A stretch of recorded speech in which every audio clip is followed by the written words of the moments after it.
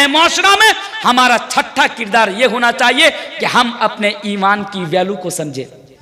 यह छठा किरदार होना चाहिए, हम अपने ईमान की वैल्यू को समझे। ईमान किसे कहते हैं? ईमान है क्या? क्या है ईमान? मेरे भाई, ईमान दुनिया के अंदर सबसे कीमती दौलत है। ईमान दुनिया के अंदर हमारे लिए, एक मुसलमान के लिए, एक मोमिन के लिए सबसे बड़ी दौलत है, सबसे कीमती दौलत है। आइए इसके ताल्लुक से चंद वाक़यात और हदीस में आपके सामने रख देता हूं कि ईमान कितनी बड़ी दौलत है। अल्लाह के नबी के जमाने में, ऐ मुसलमानों, मैं ये इसलिए आपके सामने कह कर जा रहा हूं, आज हमारे समाज में कितने से मर्द और औरतें हैं, आज दुनिया की जरा जरा सी चीजों के लिए वो अपना ईमान का जनाजा निकाल देते हैं, अपनी कुर्सी के लिए अपने ईमान का जनाजा निकाल देते हैं, चंद पैसों के लिए, अपनी शोहरत के लिए अपना ईमान का जनाजा निकाल देते हैं, अब अपना ईमान को बेच देते हैं। वो हदीस मुझे याद आ गई, अल्लाह के नबी ने कभी बयान फरमाया था, बादिउ बिलामाली फितनन ककितैलिल मुस्लिम व युस्बिहु रजुलु मुमिनन व युमसी काफिरा व यबीउ दीनहु बिअर्ज़िम मिनद दुनिया। अल्लाह के नबी ने 1400 साल पहले बयान फरमाया था को मेरी सहाबा जल्दी से जल्दी नेक अमाल कर लो, कहीं वो दौर ना जाए, वो जमाना ना जाए, वो वक्त ना जाए कि तुम लोग देखोगे एक आदमी सुबह को मोमिन होगा और शाम होते होते वो काफिर हो जाएगा। यानी एक आदमी सुबह को मोमिन होगा, शाम होते होते वो काफिर हो जाएगा। और तुम देखोगे वह यबीउ दीनहु बिअर्ज़िम मिनद दुनिया, कि एक आदमी दुनिया के लिए अपना ईमान को बेच देगा, एक आदमी दुनिया के लिए अपना ईमान को फरोख्त कर देगा। मेरे भाइयों, अल्लाह के नबी ने जिस दौर के बारे में बयान बताया था, अल्लाह के नबी ने जिस दौर के बारे में हमें हमसे और आपसे कहा था, मेरे भाइयों वो दौर आ चुका है। यही तो वो दौर है जिसके बारे में नबी बयान कर रहे थे। आज ऐसा नहीं हो रहा क्या? आज आदमी अपना ईमान को बेच रहा है कि नहीं बेच रहा? यकीनन अपना ईमान को बेच रहा, फरोख्त कर रहा। इसलिए मैं ये छठा किरदार आपके सामने रखकर जा रहा हूं कि ईमान की वैल्यू को आप समझिए, ईमान क्या चीज है। नबी के जमाने में एक आदमी था, सही हदीस है, उस आदमी का नाम अब्दुल्ला बिन जदान। हदीस सुनते जाइए। उस आदमी का नाम अब्दुल्ला बिन जदान। अब्दुल्ला बिन जदान कौन है? अब्दुल्ला बिन जदान के बारे में बताया जाता है, अब्दुल्ला बिन जदान उस जमाने में, मेरे भाइयों, उस जमाने की बात मैं आपके सामने कर रहा हूं जिस जमाने में आदमी अगर एक टाइम का खाना खाता तो दूसरे टाइम के लिए आदमी को सोचना पड़ता था। लोगों के घर में रोशनी का इंतजाम नहीं हुआ करता था। मेरे भाई, लोग तो बड़ी गुर्बत की जिंदगी गुजारा करता था। उस दौर की बात है कि अब्दुल्ला बिन जदान के बारे में उलमाए किराम लिखते हैं कि उसने 1000 ऊंट ज़बा करके हाजियों को खाना खिलाया था। 1000 ऊंट ज़बा करके। कितना ऊंट? 1000। सही हदीस है। अल्लाह अकबर। 1000 ऊंट ज़बा करके। जब अब्दुल्ला बिन जदान की मौत हो जाती है, जब अब्दुल्ला बिन जदान का इंतकाल हो जाता है, हजरत आयशा रज़ियल्लाहु ताला अन्हा नबी करीम जनाब मोहम्मद रसूलुल्लाह सल्लल्लाहु अलैहि वसल्लम से कहती है कि अल्लाह के नबी, आप बताइए अब्दुल्ला बिन जदान या जन्नत के अंदर जाएगा या जहन्नम के अंदर जाएगा? ओ लोगों, जरा गौर तो करो। वो अब्दुल्ला बिन जदान जो लोगों की बहुत ज्यादा मदद क्या करता था, हाजियों के लिए खाना का इंतजाम क्या करता था, जब मौत हो जाती है, नबी की प्यारी बीवी नबी से पूछती है, ये नबी आप बताइए ये अब्दुल्ला बिन जदान जन्नत के अंदर जाएगा या जहन्नम के अंदर जाएगा? तो अल्लाह के नबी ने बयान फरमाया, अब्दुल्ला बिन जदान जन्नत के अंदर नहीं जाएगा बल्कि जहन्नम के अंदर जाएगा। क्यों जाएगा? एक आदमी जिंदगी भर नेकी का काम करे, एक आदमी जिंदगी भर अच्छा काम करे, उसके बावजूद भी वो जहन्नम के अंदर जाएगा।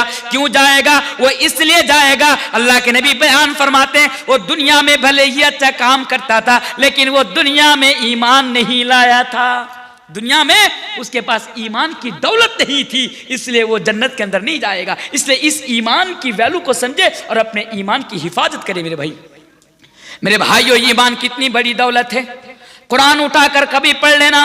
मेरे माओ और बहनों, कभी अगर व्हाट्सएप के जरिए चैटिंग करने से अगर फुर्सत मिले, मेरी माओ और बहनों, अगर मोबाइल में अगर कार्टून देखने से मोबाइल में अगर सीरियल देखने से, फिल्में देखने से अगर कभी फुर्सत मिले तो कभी कुरान उठाकर पढ़ लेना, तुम्हें बहुत कुछ मालूम हो जाएगा।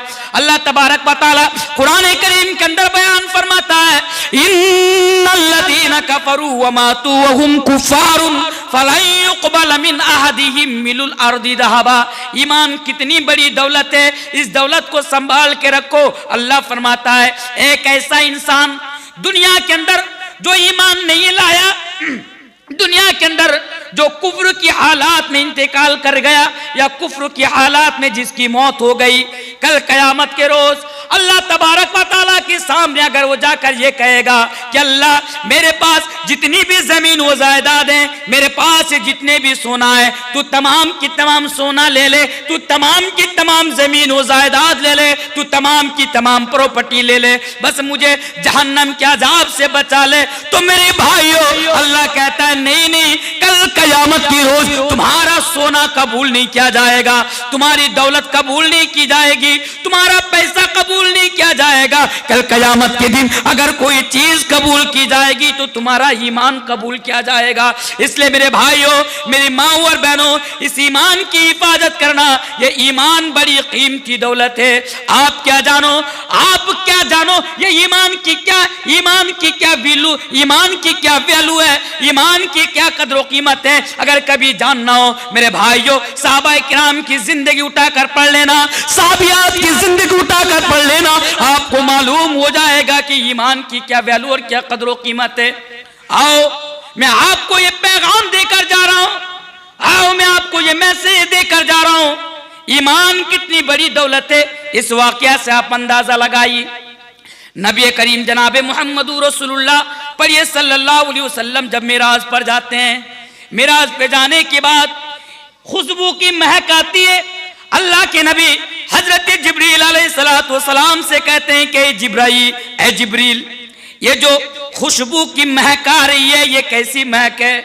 हजरत जिब्रील अलैहिस्सलातु वस्सलाम जवाब देते हैं, अल्लाह के रसूल, ये उस औरत की खुशबू की महक आ रही है जो औरत फिरौन के घर में नौकरानी का काम क्या करती थी, यानी नौकरानी थी। अल्लाह के नबी ने बयान फरमाया कि जिब्रील जरा बताओ तो सही, इस औरत ने दुनिया के अंदर कौन सा ऐसा कारनामा अंजाम दिया है कि जन्नत के अंदर से खुशबू की महक आ रही है। हजरत जिब्रील अलैहिस्सलातु वस्सलाम वो वाकया सुनाते हैं। मेरे भाइयों, ये हदीस आपको कहाँ मिलेगी, मैंने पहले ही बताया। मौलवी तनवीर आलम जब भी बात करता है तो दलाइल की रोशनी पर बात करता है। इस हदीस को इमाम अहमद मुस्नद अहमद के अंदर लेकर आते हैं। इस हदीस को अल्लामा अलबानी रहमतुल्लाह अलैह ने सही करार दिया है। सही हदीस मतलब कयामत की सुबह तक कोई माई का लाल इन हदीसों के ऊपर उंगली उठाकर बात करने की जुर्रत नहीं कर सकता। ओ लोगों, जरा ईमान की वैल्यू क्या है, ईमान की कदर कीमत क्या है, इस वाकया से जरा समझने की कोशिश करो। हजरत जिब्रील अलैहिस्सलातु वस्सलाम कहते हैं, फिरौन के घर में फिरौन की बेटी को कंघी करने के लिए एक औरत थी, एक नौकरानी थी। कंघी समझते, कंघी फिरौन ने अपनी बेटी की कंघी करने के लिए एक नौकरानी रखा था, नौकरानी, काम करने वाली नौकरानी। क्या हुआ, कंघी करते करते एक बार वो कंघी हाथ से छूटकर जमीन पर गिर जाती है। वो नौकरानी जब कंघी उठाती है, अल्लाह का नाम लेकर उठाती है, बिस्मिल्लाह कहकर उठाती है। फिरौन की बेटी कहती है, ऐ नौकरानी, तूने जो यहां पर अल्लाह का नाम लिया तो अल्लाह से मुराद क्या, तूने मेरा बाप का नाम लिया। ओ लोगों, उस नौकरानी ने जवाब दिया, नहीं, मैं तेरा बाप को अल्लाह नहीं मानती, मैं तेरा बाप को मैं रब नहीं मानती, बल्कि मेरा अल्लाह तो वो है, मैं उसका नाम ले रही हूं जो तेरा भी मालिक है, तेरा भी रब है, तेरा बाप का भी रब है और मेरा भी रब है, पूरी कायनात का रब है। फिरौन की बेटी ने कहा, ऐ औरत, अगर तू मेरा बाप को रब नहीं मानती, अल्लाह नहीं मानती, तो मैं ये तुम्हारी शिकायत अपने बाप के पास जाकर कर दूंगी। उस नौकरानी ने कहा कि तुम शौक से करो, मैं तुम्हारे बाप से नहीं डरती।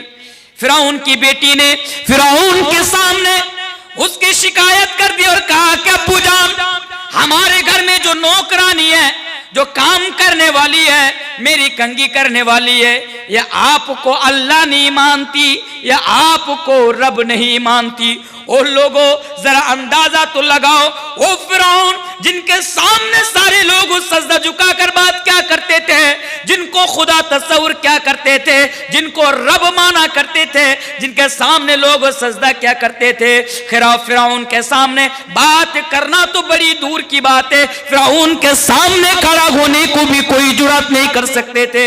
लेकिन एक नौकरानी है कि जब फिरौन इस नौकरानी को बुलाता है और कहता है, ऐ नौकरानी, तुम्हारे बारे में सुना हूं कि तुम मुझे अल्लाह नहीं मानती, तू मुझे रब नहीं मानती। उस औरत ने जवाब दिया कि ऐ फिरौन, नहीं, तुमने सही सुना है कि मैं तुझे अल्लाह नहीं मानती, मैं तुझे रब नहीं मानती।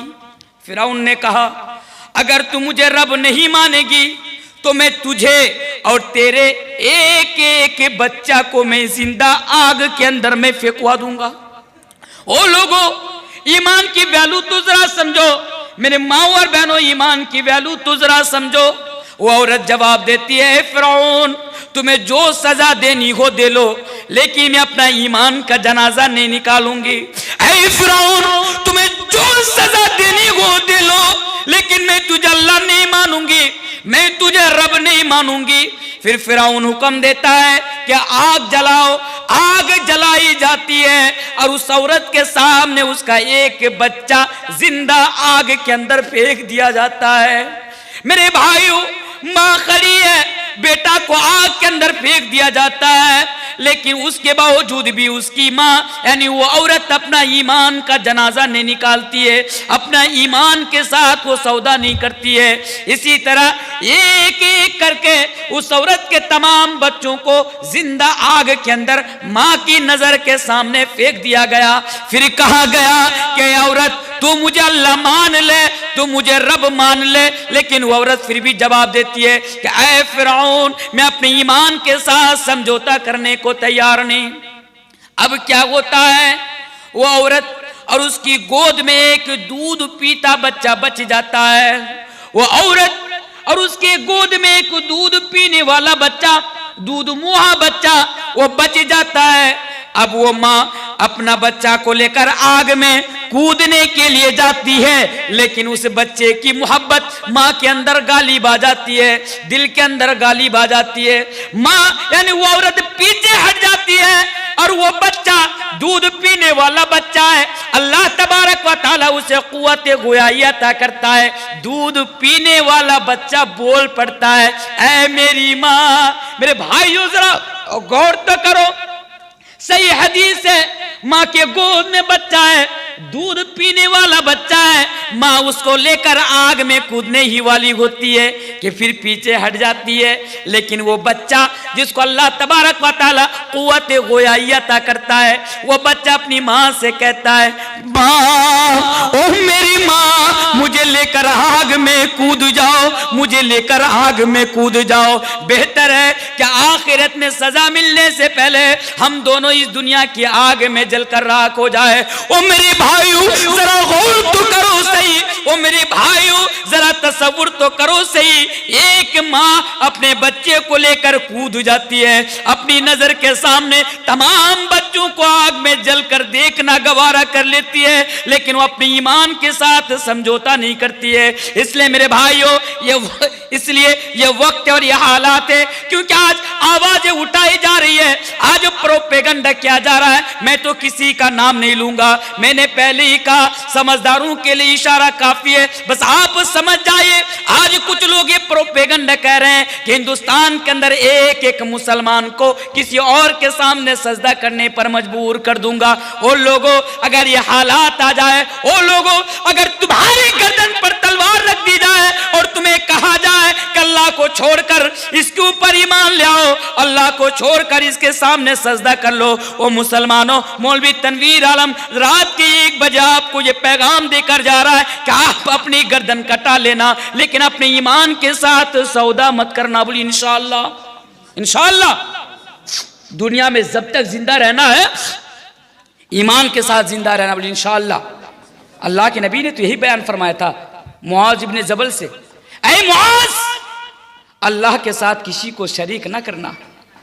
इन कुत्तिलता हुर्रिका, मुआज, अगर तेरे जिस्म को काट कर अगर बोटी बोटी कर दिया जाए, तुझे जिंदा आग में जला दिया जाए, ऐ मुआज, अपने जिस्म को बोटी बोटी करवा लेना, अपने जिस्म को जिंदा आग में जला लेना, लेकिन अपने ईमान के साथ सभी सौदा मत करना। मेरे भाइयों, आज हमें इस हाल में और इस मौके, इस हालात और इस परिस्थिति में, मेरे भाइयों, आज हमें इसकी जरूरत है कि आज हम अहदो पैमान करें। आज हम यह अहद लें कि जब तक दुनिया के अंदर जिंदा रहेंगे, ईमान के ऊपर जिंदा रहेंगे, ईमान का कभी सौदा नहीं करेंगे। बोले इंशाअल्लाह। वक्त हो चुका है, 1 मिनट का टाइम मेरे पास बाकी है। मेरे भाइयों, मैं बात तो ख़त्म करने की तरफ लेकर जा रहा हूं, लेकिन आप लोगों की मोहब्बत और ये कुरान और हदीस की बातें सुनने का जो जज्बा आप लोगों के अंदर देख रहा हूं ना, तो इसको देखकर मेरा दिल ये गवारा नहीं करता कि मैं आप लोगों को छोड़कर जाऊं। लेकिन क्या करें, हर रोज़ हम लोगों को बोलना पड़ता है। आज 6 महीना से कंटिन्यू हर दिन रात को 1-1 घंटा बोलना, 2-2 घंटा बोलना, 3-3 घंटा बोलना, 100 किलोमीटर दूर का सफ़र करना, मेरे भाई हम लोगों के लिए बड़ी परेशानी होती है। तो आज हालांकि अल्हम्दुलिल्लाह अभी मैक की आवाज़ भी ठीक हो गई है। 10 मिनट। अच्छा 10 मिनट। अभी मैक की आवाज़ भी ठीक हो गई है।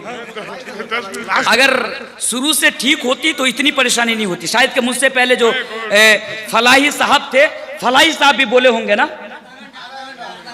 अच्छा और आधा घंटा। मैं 5 तारीख को चौक सऊदी में आ रहा हूँ इंशाल्लाह। उस दिन मैं 3 घंटा तकरीर करूंगा इंशाल्लाह चौक सऊदी में। 3 घंटा, आधा घंटा पहले। अच्छा आधा घंटा। अच्छा इंशाल्लाह। ये तो आप लोगों का हुक्म सराखों पर, और न तो मैं बात खत्म करने को चला था। तो ये सुनिए, इस्लाह मुआशरा में हमारा 5वां किरदार क्या होना चाहिए, मैंने आपके सामने बताया। ये मेरा अच्छा शेख नबी साहब भी है। अच्छा, तो मैं लास्ट पॉइंट बोलकर मैं जा रहा हूं। इंशाल्लाह फिर कभी मौका मिले तो इंशाल्लाह बुलाएंगे, जरूर आऊंगा। हालांकि ये मेरी कुर्बानी देखिए कि एक प्रोग्राम छोड़ के मैं आ रहा हूं, और उन लोगों के डर की वजह से मैं मोबाइल भी स्विच ऑफ करके रखा हूं। तो लास्ट चीज, इस्लाह मुआशरा में हमारा किरदार क्या होना चाहिए। इस्लाह मुआशरा में हमारा 6ठा किरदार ये होना चाहिए कि हम सब 5 वक्ता नमाज का एहतमाम करें। 5 वक्त की नमाज पढ़ें। आप लोग नमाज पढ़ते कि नहीं पढ़ते? नमाज पढ़ते हैं? नमाज नहीं पढ़ते हैं। इक्का दुक्का छोड़कर इमाम साहब बैठे हुए हैं, इन्हें मालूम है भाई कितने लोग हैं औरतों में और आप में के नमाज पढ़ते हैं। एक बात बताऊं, 1%। अल्लाहु अकबर। यह आज हमारा हाल है मेरे भाई। एक आदमी जब तक वो नमाज नहीं पढ़ेगा तब तक मेरे भाई उसकी इस्लाह मुमकिन नहीं है। उसकी इस्लाह मुमकिन, अभी मैं खत्म नहीं किया, सुनिए, अभी उसकी इस्लाह मुमकिन नहीं है, क्योंकि नमाज ही तो वो चीज है ना कि जिसके बारे में अल्लाह फरमाता है इन्ना सलात तन्हा अनिल फहशाई वल मुनकर, कि नमाज ही इंसान को गलत कामों से रोकती है। लेकिन अफसोस कि आज हम और आप नमाज नहीं पढ़ते। आपको मालूम है 22 तारीख को क्या हुआ यहाँ पे? अच्छा चलिए और 5 मिनट इंतजार कर लीजिए, पानी मत पीजिए, मैं जल्दी कर रहा हूँ। अच्छा पानी पियेंगे सब। अच्छा तो पुरसुकून माहौल दीजिए, जो माहौल दिए थे, पानी मत दीजिए, इन लोगों को छोड़ दीजिए। तो जो बोल रहा था कि एक मसाला है कि 22 जनवरी को राम मंदिर का उद्घाटन हुआ। हमने सबने देखा राम मंदिर को। बहुत सारी जगहों से मुझे फोन किया, मौलाना साहब राम मंदिर और बाबरी मस्जिद के बारे में कुछ बोलिए ना। मौलाना साहब बाबरी मस्जिद के बारे में, राम मंदिर के बारे में, हमारी मस्जिद तोड़कर उन लोगों ने मंदिर बना लिया। मेरे भाई मैंने इस पर कोई कमेंट नहीं किया, मुझे मालूम है, मुझे अफसोस है, मैं कमेंट किया हूं। मैं भी मानता हूं कि वो बाबरी मस्जिद थी, तोड़कर राम मंदिर बनाया गया। ये सुप्रीम कोर्ट का फैसला है। हम भारत के मुसलमान सुप्रीम कोर्ट के फैसला को मानते हैं, स्वीकारते हैं, बस, और कोई बात नहीं। लेकिन मुझे अफसोस ना इस बात पर है देखिए मैं कैमरा की तरफ देखकर कह रहा हूं, मैं बाबरी मस्जिद के बारे में कुछ नहीं बोल रहा हूं। हम आह भी करते हैं तो हो जाते हैं बदनाम, वो कत्ल भी करता है तो चर्चा नहीं होता। तो मेरा अफसोस इस बात पर है कि आज बाबरी मस्जिद उत्तर प्रदेश कम से कम यहां से 1500 किलोमीटर दूर है, लगभग 1500 किलोमीटर दूर। 1500 किलोमीटर दूर एक मस्जिद तोड़ी गई तो हमारे पेट में अभी तक दर्द नहीं रुक रहा है, हमें दर्द हो रहा है। मौलाना साहब हमारी मस्जिद तोड़ दी गई, हमारी मस्जिद। भाई आपको बाबरी मस्जिद को लेकर इतनी फिक्र है, लेकिन आपके गांव में भी तो एक मस्जिद है। अल्लाह ने आपको कभी तौफीक दी कि आप मस्जिद में जाकर एक टाइम की नमाज पढ़ें? आपको बाबरी मस्जिद को लेकर इतना चिंता, लेकिन आपके गांव में भी एक मस्जिद है।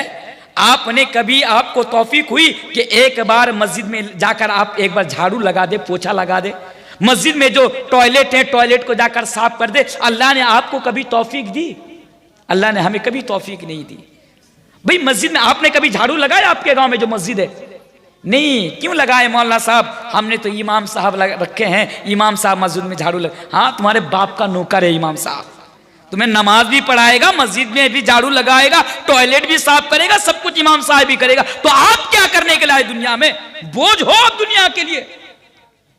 बाबरी मस्जिद को लेकर इतनी चिंता, अगर सच में आपको मस्जिद को लेकर अगर इतना दर्द है तो मेरे भाई आपके गांव में जो मस्जिद है, आप उस मस्जिद में जाकर आप नमाज पढ़िए। इंशाअल्लाह अगर आप अपने गांव में मस्जिद में जाकर आप नमाज पढ़ेंगे तो बाकी की जो मस्जिदें हैं अल्लाह तबारक व तआला उन तमाम मस्जिदों की हिफाजत फरमाएंगे। पढ़े अल्लाहुम्मा आमीन।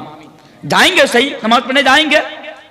याद रखिए नमाज को हल्के में ना ले, जितना हल्के में लेते हैं ना नमाज को, मेरे भाई एक मुसलमान नमाज को हल्के में नहीं ले सकता। नमाज वो इबादत है, नमाज वो इबादत है कि एक मुसलमान पर हर हाल में नमाज फर्ज है मेरे भाई, हर हाल में नमाज फर्ज है। अब कहीं पर भी है, किसी भी परिस्थिति में है, लेकिन आपको नमाज अदा करनी है, आपको नमाज पढ़नी है। और यही वो नमाज है कि जिनके बारे में अल्लाह के प्यारे रसूल जनाब मोहम्मद रसूलुल्लाह सल्लल्लाहु अलैहि वसल्लम बयान फरमाते हैं कि कल क़यामत के रोज़ इन्ना अव्वल मा युहासबु बिल अब्दी यौमल क़ियामा, कि कल क़यामत के रोज़ सबसे पहले नमाज के बारे में आपको सवाल किया जाएगा।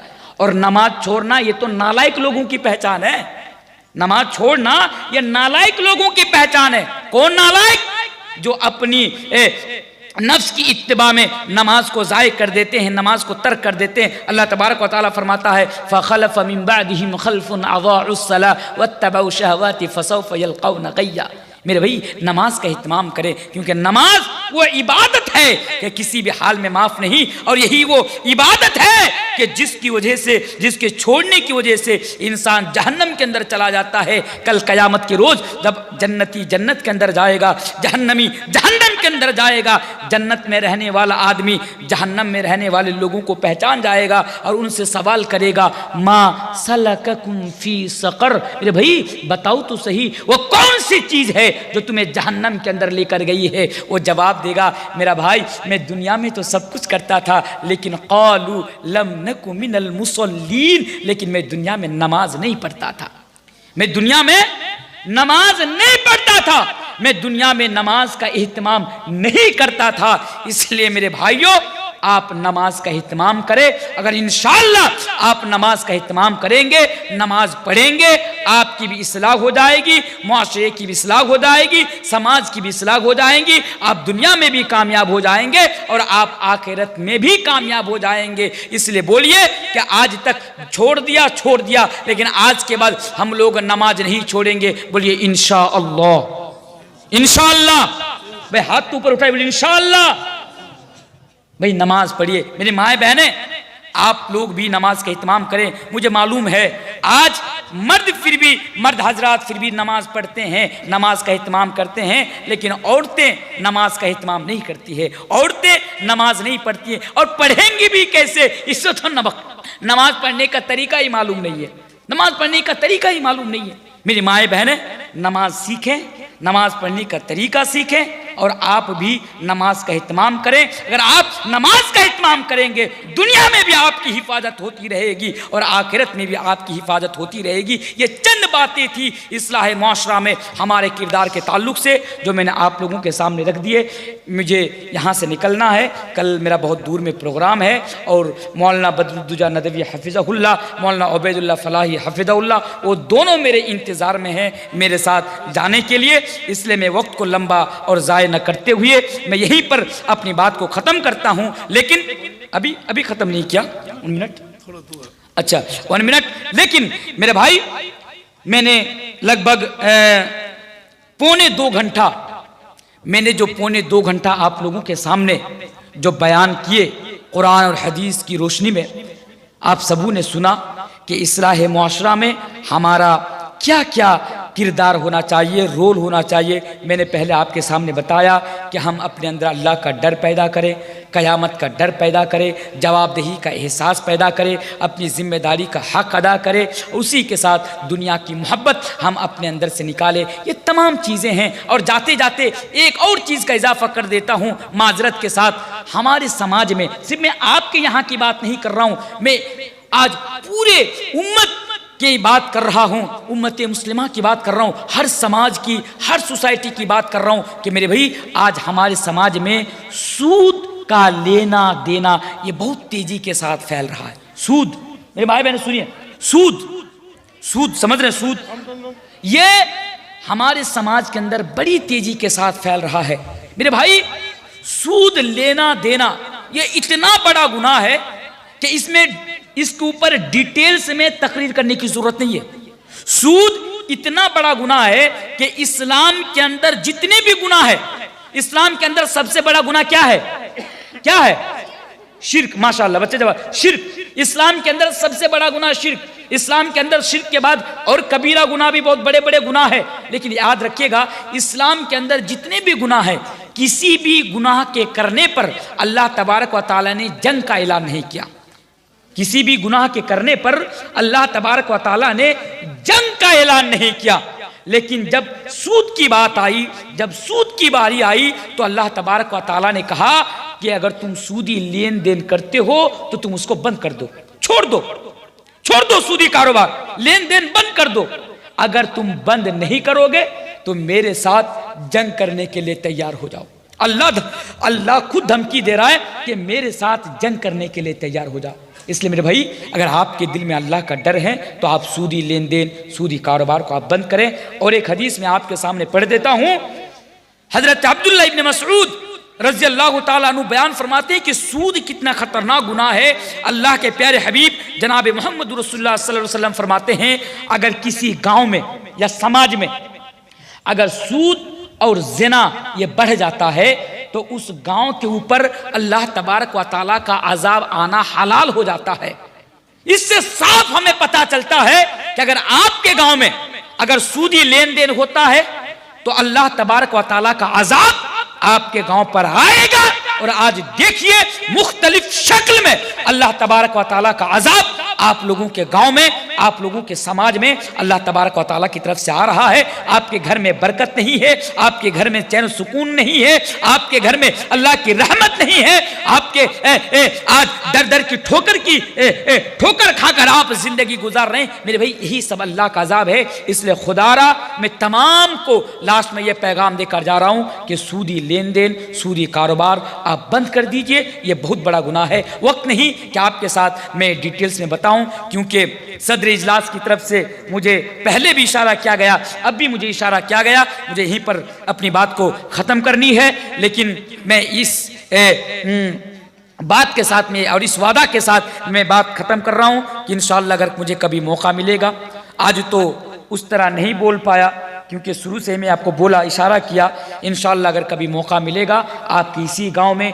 इसी जगह पर मैं आऊँगा और दूसरे मौजू पर डिटेल्स में जब तक आप लोग सुनना चाहेंगे इंशाअल्लाह मैं सुना कर जाऊँगा। इसी के साथ आखिर में मैं अल्लाह तबारक व तआला से दुआ करता हूँ कि इलाहुल आलमीन तो हम तमाम को इस्लाह मुआशरा में हमारा जो किरदार होना चाहिए तो हम सबको अदा करने की तौफीक अता फरमा। इलाहा आलमीन तो हम तमाम को सूद जैसे गुनाह से बचने की तौफीक अता फरमा। इलाहा आलमीन तो हम तमाम को गिबत करने से, गिबत से बचने की तौफीक अता फरमा, चुगलखोरी से बचने की तौफीक अता फरमा। इलाहा आलमीन तो हम सबों को आपस में भाई भाई बनकर जिंदगी गुजारने की तौफीक अता फरमा। इलाहा आलमीन हमारे आने को, हमारे बैठने को, हमारे सुनने को, हमारे जलसा कराने को अल्लाह तू तमाम चीज़ों को कबूल अता फरमा। पढ़ अल्लाहुम्मा आमीन। अस्सलामु अलैकुम व रहमतुल्लाहि व बरकातुहू।